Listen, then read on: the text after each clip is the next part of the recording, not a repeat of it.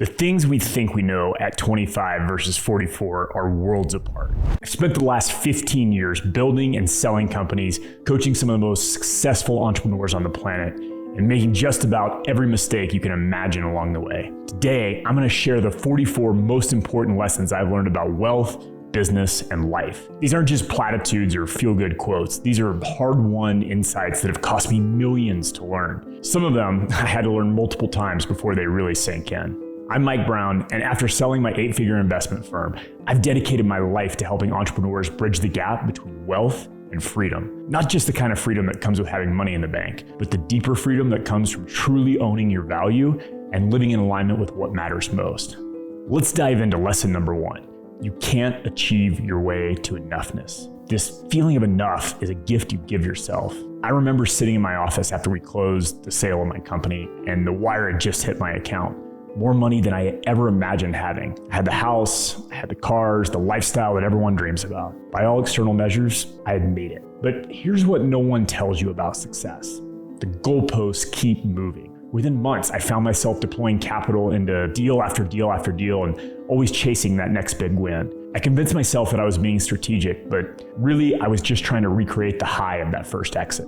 Fast forward 2 years, I was hemorrhaging money in a failed business turnaround. Despite still having significant wealth on paper, I felt more scarcity and fear than when I started my first company in the first place. The irony wasn't lost on me. I had achieved more than I'd ever dreamed of, but I felt further from enough than ever.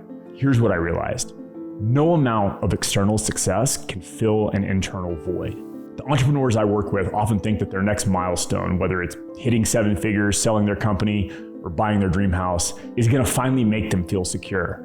But unless you do the inner work, unless you learn to create that feeling of enough from within, you'll always be chasing that next big thing. Lesson number 2 hits at the core of why most of us struggle with money. Your money stories come from what you witnessed, not just what happened to you. I was doing a workshop where I asked a room full of successful entrepreneurs to journal about their parents' relationship with money. One founder shared something that blew everyone away. His father, despite building a successful business, would sit around at the dinner table every single night and rail against rich people. He'd talk about how they were lazy, exploitative, morally bankrupt. Fast forward 30 years, and this same founder had just sold his company for 8 figures. But instead of celebrating his success, he was living in constant anxiety. He drove an old beat-up car, he was working 80 hours a week, even after the sale, and he had his entire net worth sitting in a savings account because he was terrified as being seen as one of those rich people that his father had been railing against.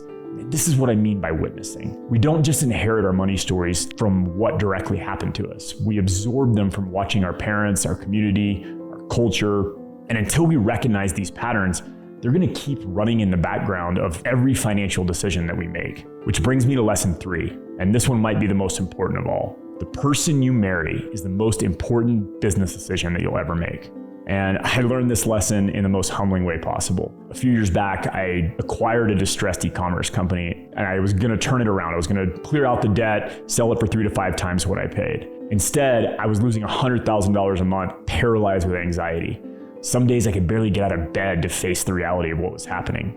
And that's when my wife Claire stepped in. She wasn't just offering emotional support. She rolled up her sleeves and got to work. And as the owner of a successful digital marketing agency herself, she really understood what needed to be done. She took over marketing operations, started implementing new strategies, and most importantly, she believed in me when I stopped believing in myself.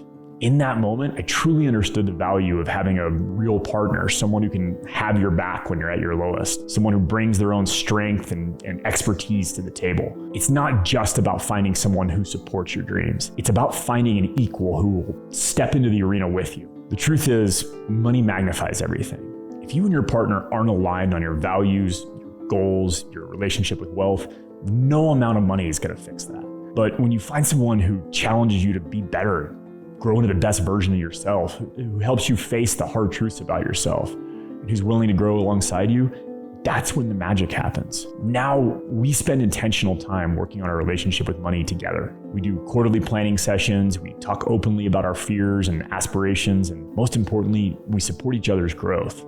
When I started Unbreakable Wealth, she didn't just support the idea, she became an integral part of the mission, because building wealth isn't a solo journey, it's a team sport. Lesson 4 gets to the heart of why so many entrepreneurs struggle to build lasting wealth. Distraction is the greatest destroyer of wealth. And conversely, focus is its most powerful ally. Let me share a costly lesson from my own journey. From 2014 to 2017, I invested $2 million out of my highly profitable oil and gas firm to invest in startups. I thought I was being smart, diversifying my portfolio, playing in the exciting world of tech. The reality is I was just distracted by shiny objects. If I had kept that same capital in my primary business, the one where I had a real expertise and edge, it would have been worth $10 million at the time of our exit. That's an $8 million lesson in the cost of distraction. And I see this pattern repeated constantly with the entrepreneurs I work with. They've got a successful business, it's throwing off cash, and suddenly they're buying laundromats, investing in crypto, starting a side hustle. And they tell themselves they're being strategic, that they're diversifying. The reality is that they're just bored. Here's the truth. When everything starts going smoothly in your business, that's usually when we entrepreneurs throw a wrench in the mix. We thrive in chaos, and sometimes we'll create it just to feel alive again. Which leads perfectly into lesson number 5. Your business will never outgrow your personal limitations. I learned this when in a therapist's office, believe it or not. I was trying to understand why, even after selling my company, I kept finding myself in high-stress, chaotic situations. What I discovered was that I had a deep-seated belief that I had to struggle to be worthy of success. And this showed up everywhere in my business. I'd unconsciously create complexity where there could be simplicity. I'd take on difficult clients because easy felt wrong. I'd overcomplicate deals because something this important couldn't be that straightforward. One of my clients recently had a breakthrough around this. She was running a successful agency, but constantly underbilling and over-delivering. And when we dug deeper, we found out she had grown up watching her father, who was a small business owner, work himself to the bone just to make ends meet. She had internalized this belief that unless she was exhausted, she hadn't earned her success. So once she recognized this pattern, she was able to raise her rates, set better boundaries, and actually start enjoying her success. And her business didn't just survive, it started to thrive. Because when you remove your personal limitations, your business naturally expands to fill that space. This brings us to lesson 6. You can't save your way to being wealthy, but you can definitely spend your way to being poor. And this might sound like I'm contradicting traditional financial advice, because aren't we supposed to save and invest? And yes, but there's a crucial distinction. You might save your way to becoming a millionaire, but you'll still have a poverty mindset. And I see this play out in two extremes. There are entrepreneurs who are so focused on saving that they never actually deploy their capital effectively. They're stuck in scarcity, always waiting for the perfect moment to invest or expand. And then there are those who spend every dollar that comes in, convincing themselves that they'll always be able to make more. I fell in that second camp. See, neither path leads to true wealth. The key is understanding that wealth isn't about how much money you make, it's about the gap between what you make and what you spend. And more importantly, it's about your relationship with that gap. True wealth comes from creating value in the world, not from pinching pennies. But you have to be a good steward of that value once you create it. It's about finding that sweet spot, whether you're investing in growth while maintaining enough stability to weather any storm. Let's talk about lesson 7. Your bank account is a reflection of your self-worth, not the other way around. This one really hits close to home. When I was running my investment firm, I looked really successful on paper, but I was constantly taking outsized risks, always trying to prove something. It wasn't until I started doing the deeper work that I realized I was trying to compensate for not feeling worthy of success. The real breakthrough came when I started working with a coach who helped me see that I was addicted to the validation that came from big deals and rapid growth. I was using money as a scorecard for my worth as a human being. Let me tell you, that's an exhausting way to live. This brings us to lesson 8. The best investment you can make is the one you only have to make once. Here's a story that illustrates this perfectly. Last year, I spent a significant amount of time and resources building my dream home. And it's not just any home, it's one that's specifically designed to host retreats and create experiences for my community. And it was a substantial investment, but it aligned perfectly with my values and my vision. And the return on this place isn't just financial. Even though it's appreciated significantly, the real return is the countless meaningful conversations that happen here, the transformations that I witnessed, the community that we're building. It's an investment that keeps giving back without requiring attention or reinvestment. It's truly the best return on happiness that I've ever created. Lesson 9 cuts to the heart of how we think about our success. Time is our only non-renewable resource, so guard it fiercely. I recently had a client who is proud of saving like $50K a year by handling his own bookkeeping and accounting. Sounds smart, I guess, but when we dug into the numbers, He was spending like 15 hours a month on these tasks. And as CEO, he was generating multiple millions in revenue, and his time was worth far more than the money that he was saving. This ties directly into lesson 10. You are the source of time, so stop giving your time away. And this is a game changer once you really get it. We all say things like, I don't have time, or I can't find the time, but the truth is, we are the source of time. We choose how to allocate every minute of every day. And I see so many entrepreneurs who feel like they're victims of their calendar. They're constantly reacting to other people's demands and any emergencies that those people create. And here's what I've learned. There are no emergencies in business. That's something my business partner and I used to say all the time. We both flown combat missions in the Navy, so we had a pretty good perspective of what constituted a real emergency. And the truth is, we're never getting shot at in business. When you truly internalize that you're the source of time, everything shifts. You start making different choices. You start saying no to things that don't serve your highest goals. You start designing your life instead of letting it design you. Let's talk about lesson 11. Vulnerability is the price of admission to any meaningful relationship. When I started doing this work, I struggle with how to share my story. How do you tell people that you had it all, achieved the entrepreneurial dream, and then nearly lost it because you couldn't get out of your own way? That's my reality. I was speaking at Baby Bathwater, the same event where I met my wife 2 years earlier, during the peak of my success. But this time, instead of projecting an image of the unbeatable investor, I shared everything. The anxiety, the shame, the self-sabotage, and there was like 65 people in the audience and like 24 founders lined up after to share their own stories of struggle. They said, I've been rich and broke so many times and I just want to get off this train. And that's when I realized our deepest struggles, when shared authentically, become our greatest gift to others. This leads perfectly into lesson 12.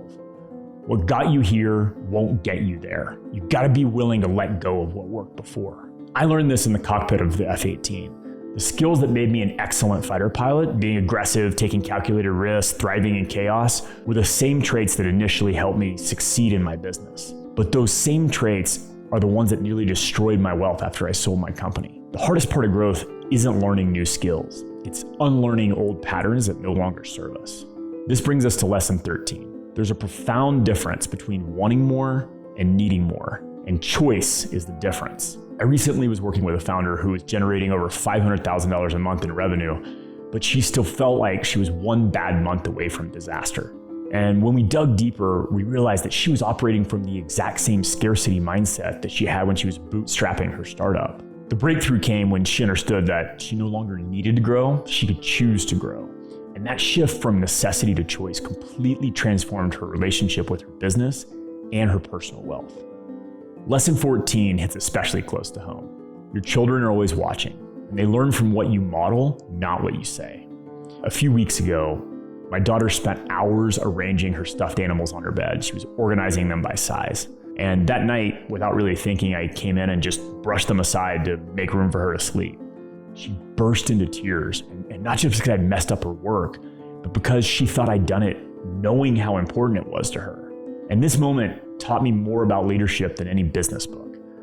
Our actions, even though the seemingly insignificant ones, are constantly teaching those around us. When I tell my clients to prioritize their families while working 80-hour weeks myself, what am I really teaching them?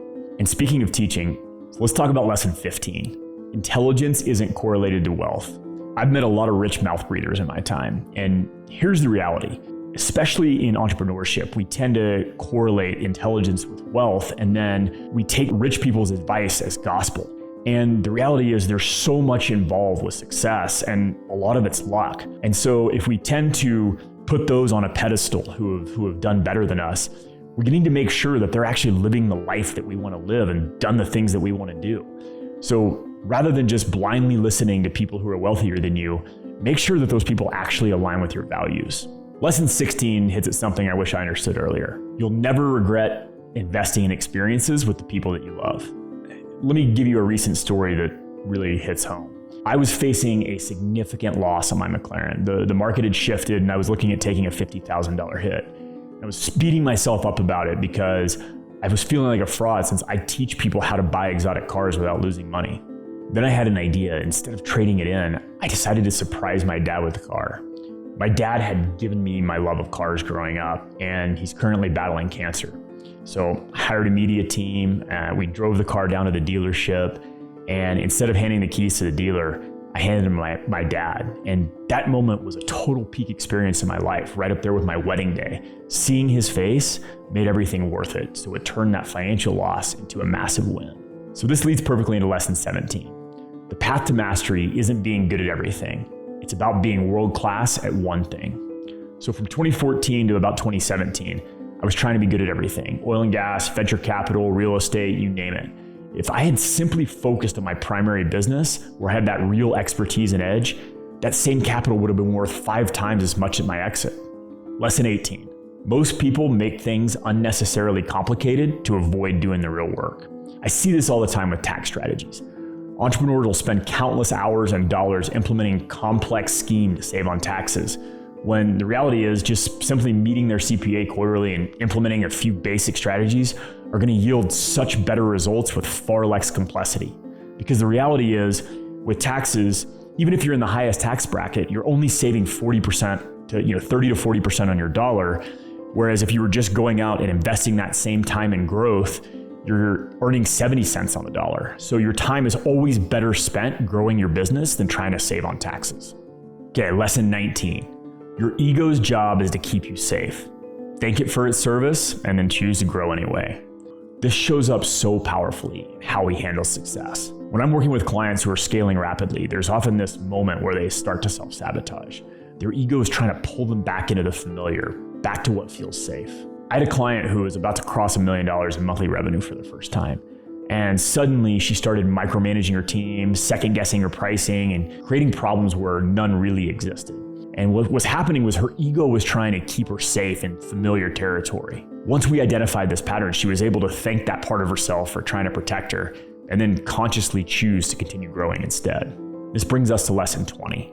The quality of your life is determined by the quality of your questions. Instead of asking, how can I make more money? What if we asked, who do I need to become in order to create more value? Instead of what could go wrong, what if we asked, what needs to be true for this to work? One of my favorite questions is, what scares you the most about being rich? And the answer to this one often reveals the unconscious barriers that have been holding us back for years. Because until we're willing to look at our relationship with wealth honestly, we're going to keep repeating the same patterns.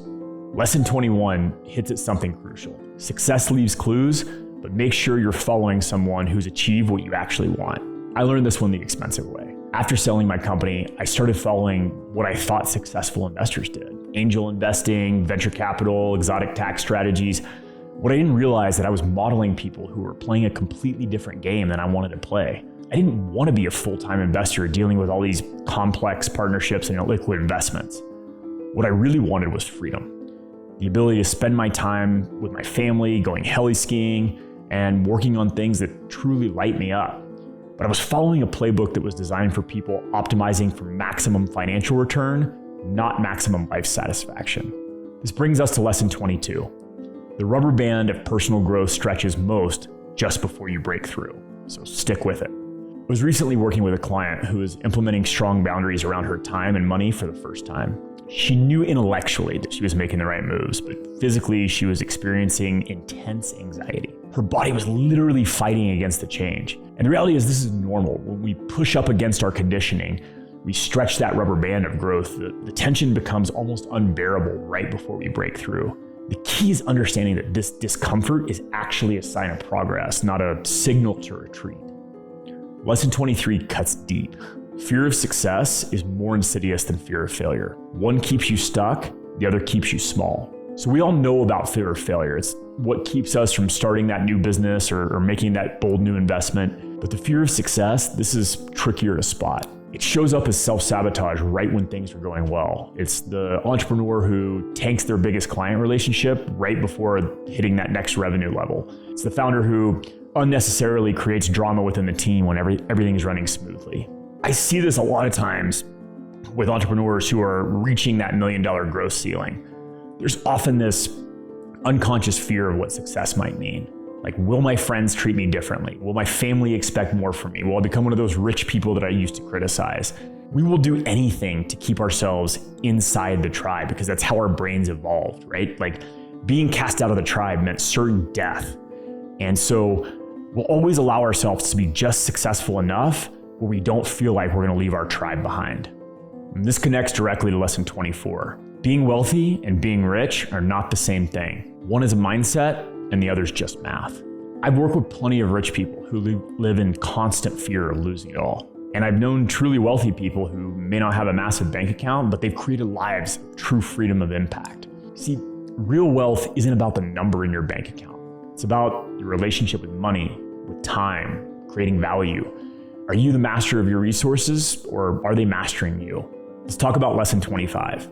Your network may be your net worth, but meaningful connections are priceless. When I first started in oil and gas, I spent a lot of time trying to network with the right people. I'd go to industry events, join the right clubs, and play the part I thought I needed to play. But the reality is, I felt incredibly lonely, and I didn't really fit in with the oil and gas bros. And it wasn't until I went to a different kind of event that I found my true tribe. Other entrepreneurs who are focused on personal growth and living intentionally. Everything shifted. So here's a great example. For spring break this year, we hosted a group of entrepreneur families in Cabo.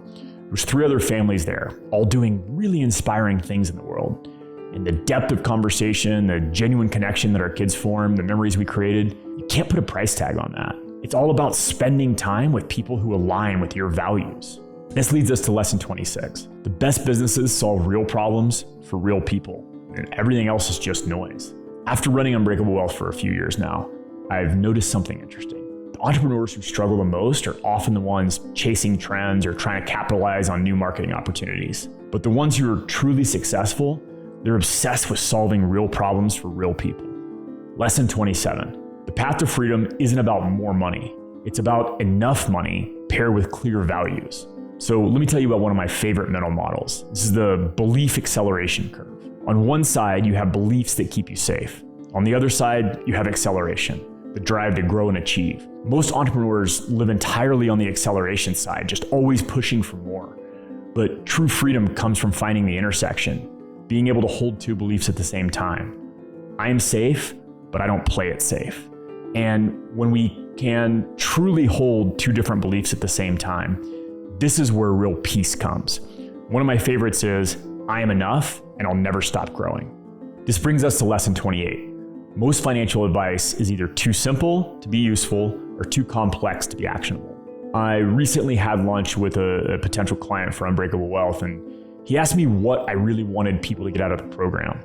My answer was, I want you to never have to worry about money decisions again. That doesn't mean you're never going to worry about money again, but instead of another complex tax strategy or investment thesis, just finding that clarity and confidence to know that you're on the right path. Lesson 29 hits something crucial. Your relationship with risk should evolve as your wealth grows. So I learned this one early in my career. I was raising a venture capital fund, and I went to a family office that I had made hundreds of millions of dollars for in oil and gas. And when I asked them to invest in my venture fund, they said, no, I don't think we're going to invest. And we want you to knock it out of the park. But the reality is we don't invest in first-time fund managers. And then he looked at me and said something I'll never forget. The number 1 rule of this office is to never lose money. See, they would rather sit on the sidelines and watch me knock it out of the park than lose money in a risky investment. That taught me more about conserving wealth than any investment that I'd ever made. This leads into lesson 30. The highest form of wealth is doing exactly what you want, when you want, with who you want. Every day, I'm able to take my kids from school, hit the gym, spend time writing, all before most people even start their workday. That's real wealth. It's not about the cars in my garage or the numbers in my bank account. It's the freedom to design my days around what matters most. Lesson 31 gets to the heart of sustainable success. True confidence comes from keeping promises to yourself. This one really hit home for me recently. Last year, I made the decision to give up alcohol. Not because I had to, but because I wanted to become the best version of myself. And over 12 months later, I can tell you the clarity and confidence I've gained isn't from just being sober. It's from knowing that when I make a commitment to myself, I can follow through. And this is one of the most subtle forms of self-sabotage. Every time we break a promise to ourselves, we break that confidence and we erode that self-worth. So if you can start keeping promises to yourself, that's how you can build and grow that confidence. This brings us to lesson 32. Having FU money is overrated. Having enough money to say yes to what really matters to you is underrated. Everyone talks about having enough money to say no to things that you don't want to. But what about having the resources to say yes to the things that light you up? Like when I had the opportunity to surprise my dad with the McLaren, like it wasn't about showing off or the car itself. It was about being able to say yes to creating this moment of pure joy for someone that means so much to me. Lesson 33, the best negotiating position is being able to walk away. This applies to everything. So when I first started my oil and gas firm, we were so hungry for deals that we'd chase anything that moved. But our business really took off when we got clear on our criteria and we were willing to walk away from opportunities that didn't fit. And this same principle applies to your time, your relationship, and your investments. Okay, lesson 34. Your beliefs about money were programmed before you could walk, and they can be reprogrammed. In my coaching practice, I see this play out every day. We've got founders doing 7 or 8 figures, and they still operate from the same scarcity mindset that they had when they were kids. They inherited it from their parents.